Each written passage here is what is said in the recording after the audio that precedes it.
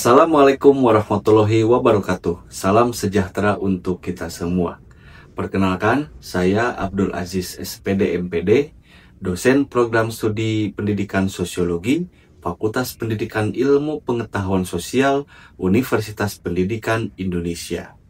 Melalui video ini, saya akan menyampaikan pernyataan diri dosen dalam unjuk kerja Tridharma Perguruan Tinggi atau PDD UKT-PT. Melalui video ini, saya akan menyampaikan ekosistem pembelajaran yang telah saya rancang melalui RPS salah satu mata kuliah yang saya ampu, yaitu mata kuliah wajib kurikulum pendidikan kewarganegaraan. Video ini saya buat sebagai bagian dari proses sertifikasi dosen tahun 2025. Mata kuliah pendidikan kewarganegaraan dengan kode mata kuliah KU105 ini merupakan mata kuliah yang secara langsung diamanatkan oleh Undang-Undang Nomor 12 Tahun 2012 tentang Pendidikan Tinggi. Melalui undang-undang tersebut disebutkan bahwa tujuan mata kuliah pendidikan kewarganegaraan ini adalah untuk membina mahasiswa sebagai warga negara agar memiliki jiwa patriotisme, nasionalisme, dan kesadaran bela negara berlandaskan jati diri bangsa. Selain itu, mata kuliah pendidikan kewarganegaraan merupakan pendidikan untuk memberikan pemahaman kepada mahasiswa mengenai Pancasila, Undang-Undang Dasar Negara Republik Indonesia tahun 1945, Negara Kesatuan Republik Indonesia, dan Bhinneka Tunggal Ika, serta implementasinya di dalam kehidupan berbangsa dan bernegara agar mahasiswa memiliki rasa kebangsaan dan cinta tanah air. Capaian pembelajaran mata kuliah atau CPMK yang ingin dicapai dalam mata kuliah pendidikan kewarganegaraan ini adalah mahasiswa mampu menunjukkan sikap cinta tanah air, mampu menganalisis masalah-masalah kontekstual dalam kehidupan kebangsaan, serta mampu mengambil keputusan dan mengimplementasikan solusi dalam menghadapi tantangan bernegara. Untuk mencapai kemampuan tersebut, maka materi pembelajaran yang akan disajikan di dalam mata kuliah pendidikan kewarganegaraan selama 1 semester ini telah dirancang secara sistematis mencakup beberapa klaster topik utama. Yang pertama adalah klaster fondasi kebangsaan. Klaster materi ini meliputi pengantar tentang pendidikan kewarganegaraan di perguruan tinggi, konsep serta urgensi identitas nasional, konsep dan urgensi, serta menganalisis dinamika dan tantangan dalam konsep integrasi nasional. Yang kedua, kita akan mempelajari pilar-pilar negara hukum yang terdiri dari materi konstitusi Indonesia, hak asasi manusia dan rule of law, hak dan kewajiban warga negara, serta pembelajaran anti korupsi. Dan yang terakhir, mahasiswa akan mengkaji konsep pertahanan dan wawasan kebangsaan. Materi ini mencakup demokrasi Pancasila, wawasan Nusantara, ketahanan nasional, hingga konsep bela negara. Selanjutnya, mata kuliah pendidikan kewarganegaraan ini menggunakan sistem blended learning, yaitu menggunakan kombinasi pembelajaran langsung atau sinkronus, yaitu pembelajaran tatap muka di kelas, serta dengan menggunakan sistem pembelajaran asinkronus dengan menggunakan dua sistem pembelajaran online yang dimiliki oleh Universitas Pendidikan Indonesia. Yang pertama adalah sistem pembelajaran daring atau SPADA, dan yang kedua adalah sistem pembelajaran online terpadu atau SPOT. Lalu selanjutnya, metode pembelajaran yang akan saya gunakan di dalam mata kuliah pendidikan kewarganegaraan ini demi mencapai CPMK yang sudah ditetapkan adalah dengan menggunakan dua metode. Yang pertama adalah case method dan yang kedua team based project. Kedua metode ini digunakan guna memberikan stimulan kepada mahasiswa untuk bisa mengolah hasil analisa permasalahan-permasalahan yang ada di dalam kehidupan berbangsa dan bernegara agar dapat diberikan dan dicarikan solusinya. Selanjutnya, interaksi yang saya bangun antara dosen dengan mahasiswa itu menggunakan metode dialogis dan multi arah. Berdasarkan metode case study dan team-based project yang saya gunakan di dalam mata kuliah pendidikan kewarganegaraan, mahasiswa itu akan aktif berdiskusi secara intensif, baik di antar kelompok maupun dengan saya sendiri sebagai fasilitator. Nah, di dalam pembelajaran, dengan berperan pada tugas saya sebagai fasilitator, saya akan memantik mahasiswa dengan diskusi-diskusi yang berkenan dengan beberapa case yang sedang terjadi yang berkaitan dengan masalah kebangsaan. Lalu mahasiswa akan memberikan umpan balik dan merespon berdasarkan pancingan-pancingan yang saya berikan di dalam sesi pemantik tersebut. Nah, interaksi ini juga akan terus berjalan di luar kelas melalui forum diskusi serta konsultasi proyek via pembelajaran daring, yaitu melalui platform Spada maupun platform Spot. Kemudian yang terakhir, untuk mengukur ketercapaian pembelajaran, penilaian akan dilakukan secara otentik, komprehensif, dan tentunya objektif. Teknik penilaian yang saya gunakan bervariasi, mulai dari partisipasi, kuis, rangkuman, analisis video, hingga portofolio proyek kelompok. Indikator penilaian untuk setiap CMPK pun telah dirumuskan secara jelas di dalam RPS. Sebagai contoh, untuk CPNK mampu menganalisis masalah kontekstual, kriteria pencapaiannya adalah 100% mahasiswa mendapat nilai, sekurang-kurangnya 80. Dengan bobot penilaian 50% dari total nilai. Hal ini memastikan proses evaluasi akan dilakukan secara transparan dan terukur, sehingga hal-hal yang sudah digariskan di dalam RPS ini akan sesuai dengan apa yang dilaksanakan di dalam kelas. Demikian penjelasan dari saya mengenai rancangan dan pelaksanaan RPS mata kuliah wajib kurikulum pendidikan kewarganegaraan. Selanjutnya, sebagai bukti konkret, saya akan menyajikan cuplikan perkuliahan pendidikan kewarganegaraan yang sudah saya laksanakan dengan materi yang dibawakan pengantar pendidikan kewarganegaraan di perguruan tinggi. Terima kasih atas perhatiannya. Wassalamualaikum warahmatullahi wabarakatuh. Selamat siang semuanya. Selamat datang di mata kuliah pendidikan kewarganegaraan ya, mata kuliah wajib kurikulum yang harus kalian ikuti di semester ini. Saya di sini akan membawakan materi karena ini adalah pertemuan pertama. Jadi materi yang disampaikan adalah tentang bagaimana kita memahami pentingnya mata kuliah pendidikan kewarganegaraan ini di perguruan tinggi ya, yang harus kalian ikuti dengan status kalian sebagai mahasiswa sekarang gitu ya. Kalau saya bicara tentang pendidikan kewarganegaraan tentu ini tidak asing gitu ya, karena sejak SD, SMP, SMA kalian sudah belajar PKN gitu ya, kurang lebih sudah belajar. Sudah kan ya? Sudah. Apa yang kalian ingat tentang pelajaran PKN di SD, SMP, atau SMA? Saya Pak. Silakan. Saya dulu disuruh ngapalin butir-butir Pancasila Pak di tes Butir Pancasila. Belajar sejarah kemerdekaan. Sejarah memperoleh kemerdekaan. Kalau ini silakan. Aku juga belajar norma-norma yang ada di masyarakat. Norma-norma yang ada di masyarakat. Belajar tentang isi undang-undang Pak. Isi undang-undang dasar, turunannya undang-undang dan sebagainya ya. Kesemuanya itu sudah kalian baca. Tapi pernahkah kalian bertanya, untuk apa sih belajar itu? Nah, itu akan coba saya jelaskan di pengantar mata kuliah pendidikan kewarganegaraan ya. Ada satu pertanyaan pemantik gitu ya, untuk memahami kenapa pendidikan kewarganegaraan di perguruan tinggi sana. Pertanyaan sederhana. Sudahkah Anda berpikir tentang Indonesia? Sudah? Apakah itu yang ada di dalam benak kalian? Apa yang kamu pikirkan tentang Indonesia? Kalau Indonesia sendiri Pak sebagai warga negara, saya pertama pasti terharu gitu ya Pak atas Indonesia dengan segala keberagamannya, dan juga kebudayaan, alam. Tapi juga sedih juga kalau melihat kayak tiap hari gitu berita-berita di Indonesia yang banyak kejahatan, kriminalitas gitu sih Pak.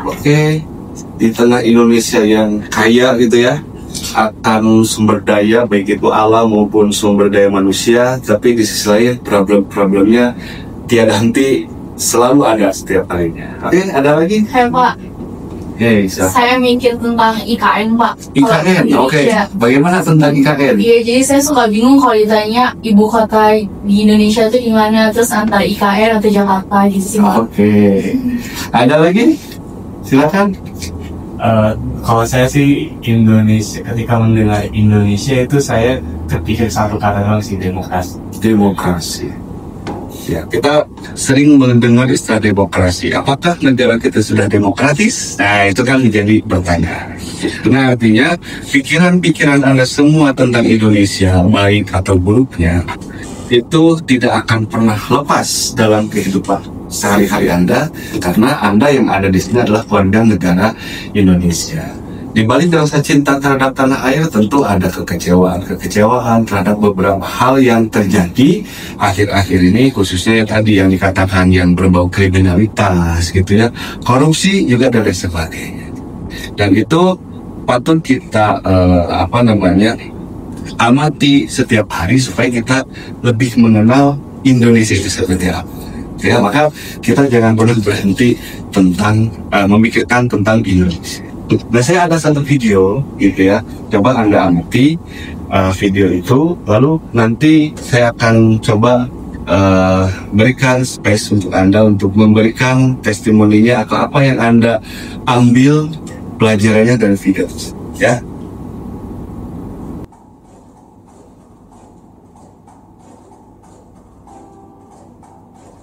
Saudaraku, saya Indonesia. Bukan karena pilihanku, tapi itu takdirku. Saya Cina. Saya pribumi. Saya Korea. Saya Nasrani. Saya punya agama. Saya Indonesia.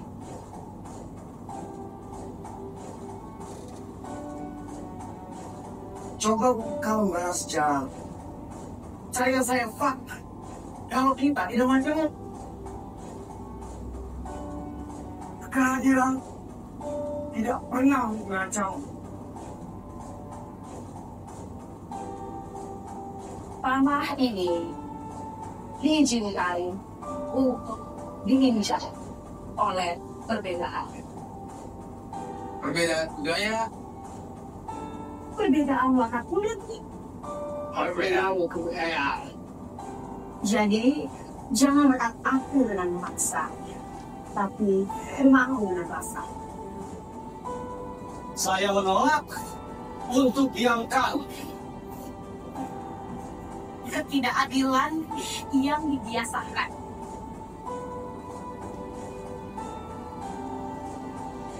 Perlakuan yang dibedakan. Itu tidak pernah dibenarkan. Seolah menyalahkan sampai kita berbeda. Tunjukkan kamu, wahai netizen jongkak yang merasa setara dengan Tuhan. Kehadiranmu hanya diperlukan untuk menguji kelemahan kami. Tapi jangan ini. Kami akan berdiri dan bangkit membela saudara kami yang teraniaya oleh kamu.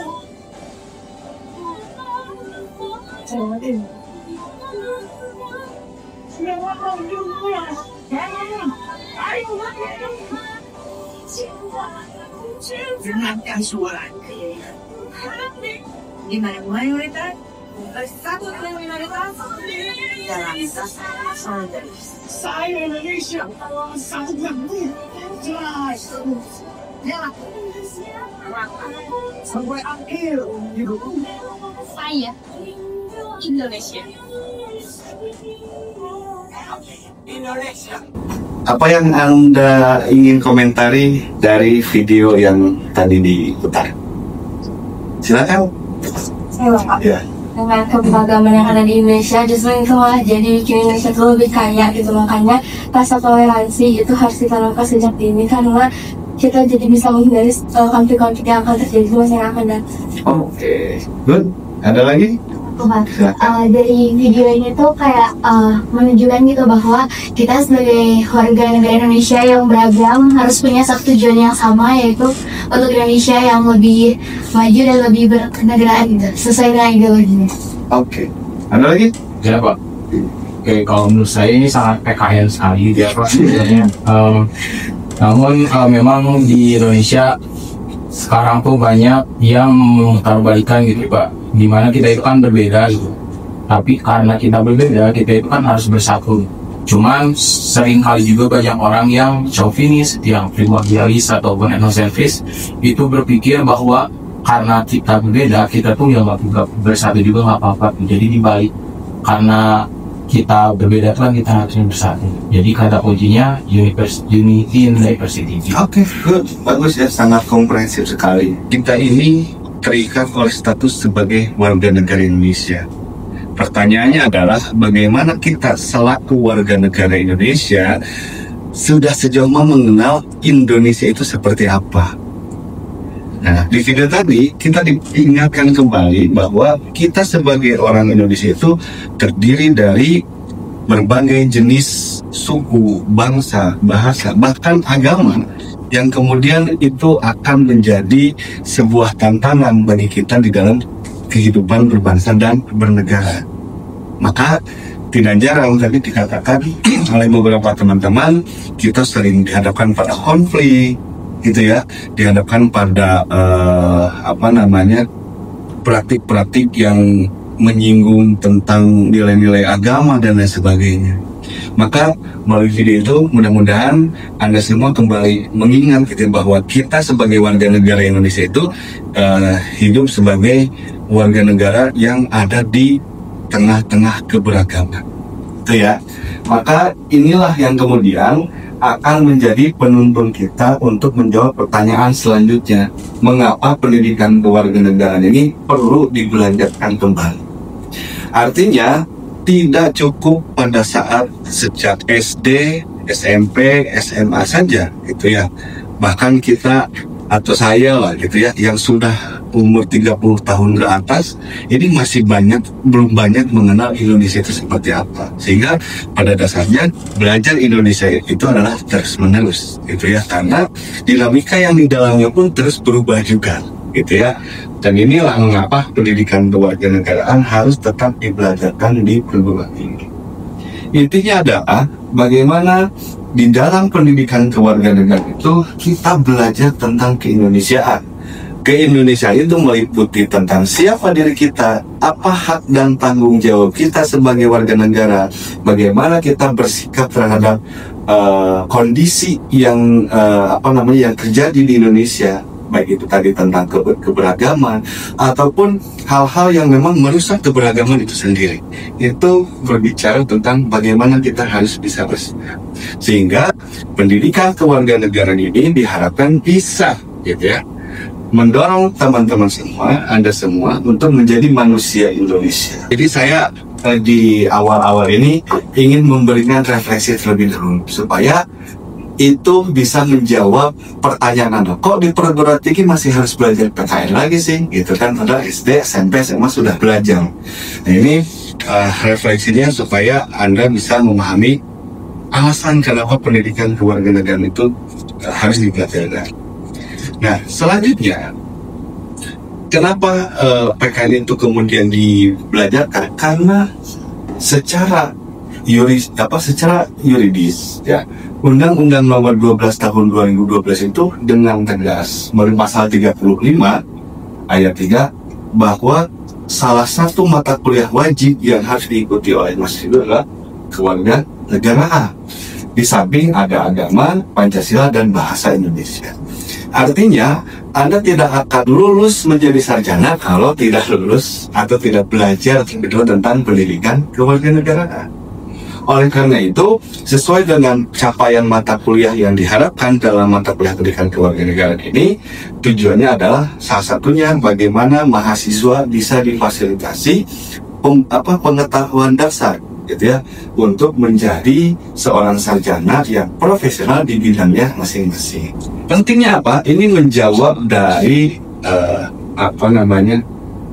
perkuliahan kita hari ini, kenapa harus belajar PKN? Satu, membekali pengetahuan dasar.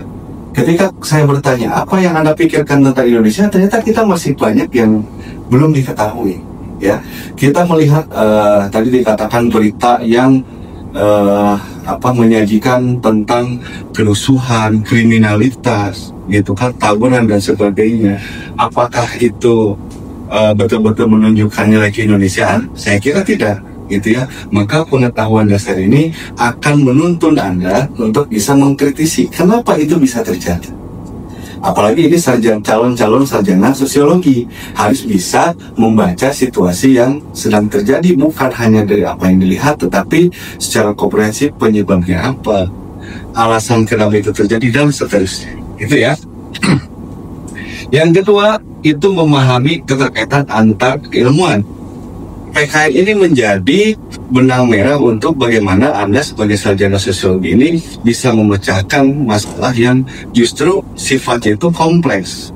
Itu masalah sosiologi, tetapi melibatkan disiplin ilmu yang lain, misalnya teknologi, itu ya. Ya, kasus sosiologi yang berhubungan dengan teknologi banyak. Cyberbullying, ya, banyak sekali. Apalagi? Ya, phishing. Oke, phishing, ada lagi? Banyak lah ya, termasuk TPO ya. Nah, itu banyak juga. Oke, yang ketiga, ini tentang bagaimana pendidikan kewarganegaraan ini ingin mendorong Anda semua mahasiswa calon sarjana agar bisa menerapkan ilmu ke dalam aksi nyata. Coba ya, kita kadang-kadang berpikir bahwa SD, SMP, SMA belajar PKN ya begitu-begitu saja, teoritis gitu ya. Kadang-kadang kita bertanya, apa sih pentingnya PKN? Nah, disinilah bahwa Anda sebagai mahasiswa setelah mendapatkan pengetahuan dasar dan lain sebagainya, tentunya dengan keahlian Anda di bidang pendidikan sosiologi, bagaimana Anda bisa berkontribusi terhadap permasalahan-permasalahan yang ada di Indonesia. Bagaimana Anda cara memecahkan masalah itu? Itulah bentuk kontribusi nyata Anda sebagai calon sarjana di dalam menyelesaikan permasalahan. Dan terakhir, yang paling tinggi kedudukannya itu adalah menghargai sesama manusia. Di video tadi, kita diajarkan bagaimana kita tidak membedakan sesama warga negara Indonesia berdasarkan ras, berdasarkan agama, gitu ya. Di sini yang beragama Islam siapa saja? Nah, yang selain Islam? Satu. Oke. Artinya apa? Di sini tidak lagi ditanya agama Anda apa, tetapi di sini kita berbicara Anda adalah warga negara Indonesia. Meskipun misalnya Islam itu adalah agama mayoritas, tetapi tidak berarti Islam itu adalah agama yang diistimewakan sehingga misalnya mengesampingkan agama-agama yang lain. Jika itu terjadi, maka tadi yang ada di video yang sudah saya tampilkan, konflik-konflik horizontal itu akan terjadi. Makanya penting, nilai dasar itu pada akhirnya harus menuntun kita semua untuk bisa menghargai sesama manusia. Oke, ini masih di tahap pengantar ya, belum ke materi-materi kunci dari mata kuliah pendidikan kewarganegaraan. Nah, Anda juga harus bisa memahami bagaimana posisi dan peran perguruan tinggi. Anda kan sekarang mahasiswa ya? Ya. Mahasiswa itu beda dengan siswa. Kalau mahasiswa di depannya ada maha, berarti ada beban lebih yang diharapkan kepada Anda, bukan hanya sekedar untuk lulus saja, tetapi bagaimana Anda bisa berkontribusi banyak bagi masyarakat. Kenapa? Karena perguruan tinggi itu adalah satu, dia sebagai laboratorium ilmu, yang kedua laboratorium kemanusiaan. Ilmu tanpa aplikasi itu sama saja nol, ya. Tapi ketika ilmu itu diterapkan dan berkontribusi terhadap masyarakat luas, artinya kesesuaian antara ilmu gitu ya dan nilai-nilai kemanusiaan itu akan terjadi, ya. Nah, maka laboratorium ilmu itu tujuannya adalah membangun kecerdasan pikiran, dan laboratorium kemanusiaan itu adalah membangun kepedulian. Anda cerdas tapi tidak peduli, percuma, begitu ya. Dan PKN itu, pendidikan kewarganegaraan, mengharapkan kontribusi dan kepedulian Anda untuk berkontribusi banyak dalam pembangunan negara. Berdasarkan apa? Ya berdasarkan keahlian yang Anda miliki tadi, kecerdasan pikiran berdasarkan keilmuan pendidikan sosiologi. Begitu ya. Sehingga terdapat benang merah untuk menyambungkan apa yang harus Anda terapkan selain cita-cita Anda sendiri ya, mendapatkan pekerjaan yang layak atau menjadi calon pendidik sosiologi gitu ya. Tapi di sisi lain Anda juga harus berbuat banyak terhadap masyarakat. Sehingga pendidikan kewarganegaraan itu kemudian melalui perkuliahannya selama 1 semester ke depan itu akan mendasarkan pembelajarannya pada hal-hal yang menuntut untuk dikembangkan melalui pendidikan kewarganegaraan. Yang pertama solutif, jelas. Tadi teman Anda mengatakan bahwa setiap harinya kita itu disuguhkan dengan berita-berita atau kasus-kasus yang silih berganti. Pertanyaannya, ketika kita melihat apa yang harus kita lakukan? Memberikan solusi, solutif ya, itu sifat dari pendidikan keluarga.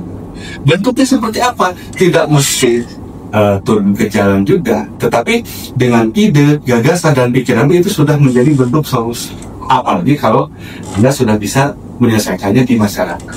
Ya, yang kedua inovatif. Ini yang sangat penting di era sosial media ini. Kita tentu perlu memanfaatkan berbagai platform yang tersedia untuk apa? Untuk dijadikan sebagai media, gitu ya, media di dalam penyelesaian persoalan-persoalan, ya, dan seterusnya, berintegritas, berdaya saing, menunjukkan kepeloporan ya, kepemimpinan Anda sebagai mahasiswa dan kolaborasi maupun sifat-sifat atau sikap-sikap kreatif yang harus ada di dalam diri Anda sebagai mahasiswa. Ini yang kemudian akan dibelajarkan di mata kuliah pendidikan kewarganegaraan. Sebab apa? Kita lihat slide yang tadi teman-teman sebutkan. Ini contoh permasalahan-permasalahan yang ada di sekitar kita, yang kita tidak boleh membiarkan ini. Tadi kita harus punya kepedulian, ya. Contoh ini tentang apa? Kalau Anda bisa cyberbullying ya. Nah, Anda bagaimana melakukan tindakan nyata untuk menyikapi cyberbullying dengan membuat kampanye misalnya, atau hal-hal lainnya yang nanti Anda bisa kembangkan di mata kuliah, gitu ya. Ini misalnya kriminalitas, ya. Ini apa? Kemiskinan, ya. Dan ini ini pencurian ya. Oke, intinya ini adalah masalah-masalah yang setiap hari selalu terjadi. Pertanyaannya, apa yang akan Anda lakukan nanti? Anda sebagai warga negara memiliki tanggung jawab, memiliki tugas untuk terlibat di dalam penyelesaian masalah kewarganegaraan. Ya, maka terakhir saya ingin menyimpulkan bahwa pendidikan kewarganegaraan sudah tidak bicara di sini saja, ya, bukan hanya bicara tentang pemahaman Anda melalui undang-undang dasar, undang-undang, teori-teori lain, bukan hanya, ya, bukan hanya ini, tapi pendidikan kewarganegaraan di era sekarang itu adalah dengan bagaimana Anda mengambil tindakan nyata. Dan sebelum saya tutup, ini adalah mekanisme perkuliahan yang akan kita lakukan selama 1 semester ke depan. Ada pematerian, lalu ada penyusunan project citizen, itu yang saya katakan sebagai media latihan Anda untuk berkontribusi nyata di dalam masyarakat. Lalu implementasinya seperti apa dan nanti disajikan di depan kelas. Selanjutnya media pembelajaran yang akan kita gunakan itu adalah 2. Di UPI ini ada 2 sistem pembelajaran online. Yang pertama adalah SPADA dan yang kedua SPOT. Ini keduanya akan kita gunakan secara bersamaan, gitu ya. Dan terakhir ini tentang penilaian mata kuliah, ya, nilai ujian tengah semester, ujian akhir semester, dan yang paling dominan saya akan melihat tentu di project citizen yang sudah Anda lakukan, dan tentunya kehadiran di kelas. Jika tidak ada pertanyaan, itu saja yang bisa saya sampaikan. Terima kasih atas kehadiran di kelas ini. Mudah-mudahan kita bisa dipertemukan di pertemuan selanjutnya dalam keadaan sehat walafiat, ya. Semangat untuk mata kuliah pendidikan kewarganegaraan. Terima kasih. Selamat siang. Wassalamualaikum warahmatullahi wabarakatuh. Waalaikumsalam warahmatullahi wabarakatuh.